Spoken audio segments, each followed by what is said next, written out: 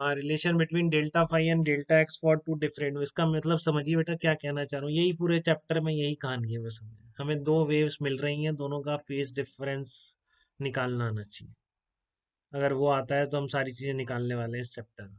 तो उसी का मीनिंग बता रहा हूँ, देखो आप ध्यान से, मान लो आपके दो सोर्स से वेव चली बेटा, दो सोर्स हैं, काफी इंटरेस्टिंग चीजें आएंगी जो लाइफ टाइम काम में आती है, क्योंकि बेसिक फैक्ट है आपका इस टॉपिक का बिल्कुल ही। ठीक है ना, वेव ऑप्टिक्स नाम के टॉपिक का जो इंटरफ्रेंस हम पढ़ते हैं, हम उसी की तरफ बढ़ रहे हैं बेटा, वाईडीएसई की तरफ। एडवांस का मेन टॉपिक है यंग डबल स्लिट एक्सपेरिमेंट, और वही है इस चैप्टर में से। डिफ्रैक्शन पोलराइजेशन एडवांस में नहीं, बट मेंस में पूछा जा सकता है, तो हम पढ़ेंगे इसको भी डिटेल में। ठीक है, बट वाईडीएसई को समझने के सारे हथकंडे हैं जो मैं आपको बता रहा हूँ। तो मान लो ये दो सोर्सेज हैं S1 एंड S2, यहाँ से वेव चल के किसी P पॉइंट पर मिल जा रही है। ठीक है, आपको लिखना है यहाँ पर जो मिल रहे हैं ना बेटा दोनों वेव्स, इनके बीच फेज डिफरेंस कितना है। ठीक है, इसमें भी हो सकता है एक वेव का पार्टिकल एक्सट्रीम पर हो, ठीक है, और दूसरे का पार्टिकल कहाँ पर हो, मीन पोजीशन पर हो सकता है कि नहीं फेज डिफरेंस। जो वेव्स यहाँ पर मिल रही हैं एसएचएम ही कर रही हैं। अब एसएचएम कर रही है तो एसएचएम में तो पता है किसी भी इंस्टेंट पर जब ये मिलती हैं तो यहाँ पर एक का जो पोजीशन हो सकती है प्लस ए पर हो सकती है पार्टिकल की, और दूसरे की माइनस ए पर हो सकती है, कुछ भी हो सकता है।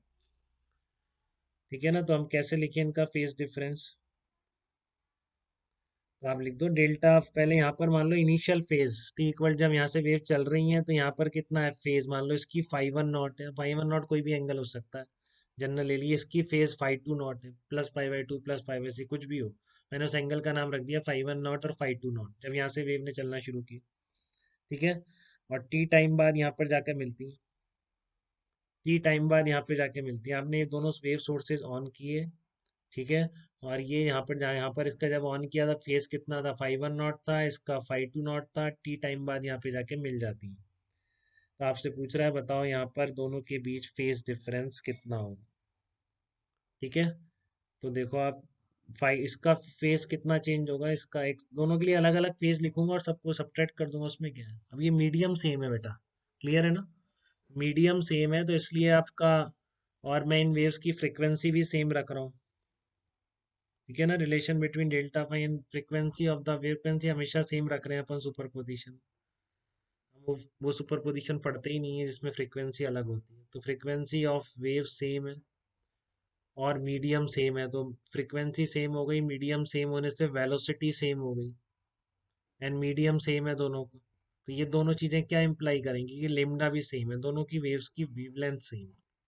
ठीक है, हम सुपरपोजिशन पढ़ेंगे ही, वो इंटरफ्रेंस में फ्रीक्वेंसी सेम होनी ही चाहिए, नहीं तो वो इंटरफ्रेंस इंटरफ्रेंस होगा ही नहीं फिर। ठीक है ना, तो आपकी फ्रीक्वेंसी दोनों जो वे मिल रही है उनकी सेम है, मीडियम आपने सेम ले रखा है तो वेलोसिटी सेम हो गई। अब ये बहुत डिटेल में मैंने बता रखा है, जब मैकेनिकल वेव शुरू करूँगा कि कौन सी चीज़ किस पे डिपेंडेंट होती है। फ्रीक्वेंसी केवल सोर्स डिपेंडेंट है, और जो वेव वेलोसिटी है वो केवल मीडियम डिपेंडेंट है। ठीक है, अगर दोनों कांस्टेंट है तो आप v equal to lambda f से बोल सकते हैं बेटा, कि v कांस्टेंट f कांस्टेंट, तो आपका लेमडा भी सेम हो जाएगा। पहले वाले सोर्स का देखो फेज डिफरेंस कितना आएगा, या दूसरे वाले का कितना आएगा, दूसरे वाले का लिख दो, phase difference five two minus five two not equal to two pi by lambda into S two P आ जाएगा, कि चेक करना है। इस वाली वेव्स का यहाँ पे जाके लेंथ है एस टू पी। ठीक है, तो phi two minus five two naught किसके बराबर हो जाएगा, two pi by lambda into S two P. अभी जो फार्मूला निकाला सिंगल वेव के लिए, कि डेल्टा एक्स से सेपरेटेड पॉइंट है तो फेज डिफरेंस कितना होता है, two pi by lambda into path difference. ठीक है, और इधर से वेव्स आ रही है तो इसका फेज डिफरेंस कितना होगा दूसरे का, phi one minus five one naught equals to two pi by lambda into s one P. बोलो बेटा क्लियर है आपको, पहली का फेज डिफरेंस लिख दिया, दूसरी का फेज डिफरेंस लिख दिया। आपसे पूछा गया five two minus five one, तो क्या करोगे, डिफरेंस ले दो दोनों। Five two minus five two naught minus five one naught equal to two pi by lambda into S two P minus S one P. ठीक है, two pi by lambda into S two P minus S one P, तो ये क्या आ गया आपका, T time पर phase difference है डेल्टा फाई किसके बराबर होगा, delta phi naught plus two pi by lambda into S2P minus S1P। S2P minus S1P क्या कहलाएगा? पार्ट डिफरेंस कहलाएगा। तो वही फार्मूला है, बट इस दो वेव्स के लिए बेटा इस डेल्टा फाई नॉट की इंपॉर्टेंस है। इसको मत भूलना, गलतियां तब होती हैं जब इसको भूल जाते हैं। ठीक है ना? दो वेव्स मिल रही हैं, फेज डिफरेंस बताओ कितना होगा? 2 पाई by lambda into path difference. Path difference क्या है? सिंपल लंबाइयों का डिफरेंस है। ठीक है? तो इस चैप्टर में बेटा इतना आसान काम है कि आपको दो रास्तों की लंबाइयों में डिफरेंस देखना है, सब में यही काम है शुरू से एंड तक। उसको आप क्या बोलोगे? पाथ डिफरेंस बोलोगे। क्या बोलोगे उसको? Path difference. कि किसी पॉइंट पर अगर दो वेव मिल रही हैं तो जहां से वो चली हैं वहां से वहां तक की लंबाइयों का डिफरेंस आपको फेज डिफरेंस दे जाएगा। बट जहां से चली है वहां पे पॉसिबिलिटी है कि वहां पर इनिशियल फेज डिफरेंस हो। ठीक है? तो दो, इसलिए मैं डेल्टा फाई नॉट को पहले लिख दिया मैंने, इसके बाद में लिखने की, जिससे आपको ये हमेशा आपके दिमाग में रहे कि अगर आपका यहाँ पर इनिशियल फेज डिफरेंस दिया है तो उसको आप ऐड करोगे, उसको भूल नहीं जाओ। तो जनरली अगर फाई नॉट जीरो हो जाए, अगर फाई नॉट जीरो होता है आपका, ठीक है, तो आपका फेज डिफरेंस किसके बराबर आ जाएगा? 2 पाई by lambda into S2P minus S1P के बराबर आ जाएगा। ठीक है? तो मेरा क्या पर्पस था बेटा? मेरा पर्पस ये था कि आपको ये बताना कि इंटरफ्रेंस में क्या आपको बताया था मैंने इंटरफ्रेंस में कि इस पॉइंट पर फेज डिफरेंस टाइम के साथ वेरी नहीं करना चाहिए। तब तो ऐसा सुपर पोजिशन क्या कहलाएगा? इंटरफ्रेंस कहलाएगा। और फेज डिफरेंस का एक्सप्रेशन ये रहा। तो आप ये बताओ, S1 S2, S1 और S2 ऐसे रख दिया आपने और P पॉइंट है, तो क्या आपका S2P माइनस S1P टाइम के साथ वेरी करेगा क्या? या फिर क्या वेवलेंथ टाइम के साथ वेरी कर सकती है क्या? बताइए जल्दी से। इसमें S2P माइनस S1P, कोई P पॉइंट फिक्स पॉइंट है, S1 S2 फिक्स सोर्स रख दिए, तो ये तो लंबाइयां हैं बेटा, लंबाइयां रस्तों की थोड़ी नहीं वेरी करती हैं टाइम के साथ। ऐसे सोर्स रखे हुए हैं, P पॉइंट पर वेव सुपर इम्पोज कर रही है। ठीक है? तो क्या S2P और S1P का जो डिफरेंस है ये थोड़ी नहीं वेरी करेगा टाइम के साथ? ये तो कांस्टेंट है, विद टाइम वेरी नहीं करेगा। ठीक है? और आपका इनिशियल फेज डिफरेंस जो है delta phi naught, delta phi naught, अब सीधी सी बात है, अगर डेल्टा फाई नॉट टाइम के साथ वेरी नहीं करेगा तो आपका यहाँ पर फेज डिफरेंस भी टाइम के साथ वेरी नहीं कर सकता। ठीक है? कोई रीजन नहीं है कि phi naught, delta phi naught initial phase difference, जब वेव चल रही हैं दोनों, अगर वो इन दोनों के बीच का डिफरेंस हमेशा वहां पर कांस्टेंट रहता है सोर्सेस का, तो हमेशा जो सुपर पोजिशन होगा वो क्या हो जाएगा? इंटरफ्रेंस हो जाएगा। ठीक है? तो ऐसे सोर्सेज जिनका इनिशियल फेज डिफरेंस, मतलब जब भी यहाँ से वेव चलेगी और जब भी यहाँ से वेव चलेगी वो सेम फेज में होगी, ऐसा फेज डिफरेंस अगर दो सोर्सेज में मेंटेन हो गया, ऐसा रिलेशन कि उनका इनिशियल फेज डिफरेंस जीरो नहीं कह रहा हूँ मैं, हमेशा कांस्टेंट कह रहा हूँ बेटा, ध्यान दें इस बात पे। मैं ये नहीं कह रहा कि यहाँ पर हमेशा फेज डिफरेंस चलने जीरो होना चाहिए, जीरो नहीं कह रहा हूँ। ठीक है? जो भी हो, जीरो हो या कुछ और हो, बट वो टाइम के साथ ना बदले। तो स्पेस में जहाँ भी उन सोर्स से चलने वाली वेव सुपर इम्पोज करेगी वहां पर फेज डिफरेंस टाइम के साथ नहीं बदलेगा, और वो क्या कहलाएगा? इंटरफ्रेंस कहा जा सकता है उसको। यहाँ पर मैं इसलिए लिख रहा हूँ आपके लिए, if delta phi not is constant then such sources are called, तो क्या बोलते हैं ऐसे सोर्सेज को? Such sources are called coherent sources. ठीक है? ऐसे सोर्सेज जिनका इनिशियल फेज डिफरेंस टाइम के साथ नहीं बदलता है। If delta phi not does not change with time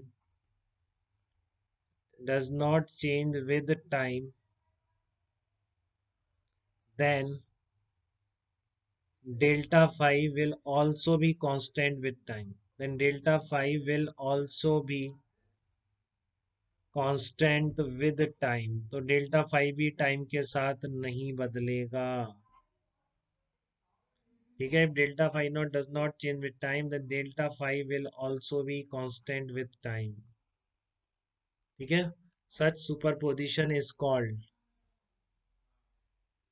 such superposition is called,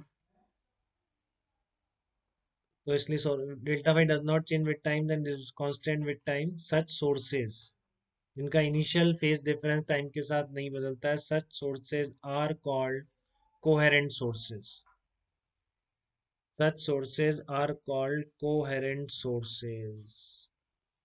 ठीक है ना। ऐसे सोर्सेज को मैं क्या बोलता हूँ, कोहेरेंट सोर्सेज बोलता हूँ, जिनका इनिशियल फेज डिफरेंस टाइम के साथ नहीं बदलता है, क्योंकि ये ऐसे सोर्सेज जिनका डेल्टा फाई नॉट कांस्टेंट है, आगे कहीं भी वेव सुपर इम्पोज करेगी। ठीक है ना। और मैं यहाँ पे ये भी लिख देता हूँ, such sources are called coherent sources and superposition of superposition of such waves, superposition of waves produced by these sources या superposition of such waves is called interference, is called interference। ठीक है। अब बेटा लाइट के ये sources बनाना बहुत difficult है। ठीक है ना। लाइट के कोहेरेंट सोर्सेज, कोई भी आपने दो बल्ब अलग से ऑन कर दिए तो कभी भी कोहेरेंट नहीं होंगे। ठीक है ना। वो कभी भी कोहेरेंट नहीं होगा, क्योंकि लाइट निकलने का फिनोमेना डिपेंड करता है कौन सा इलेक्ट्रॉन कहाँ कूद रहा है, क्या हो रहा है, तो वो आप कोई उनमें रिलेशन एस्टेब्लिश नहीं कर सकते। ठीक है ना।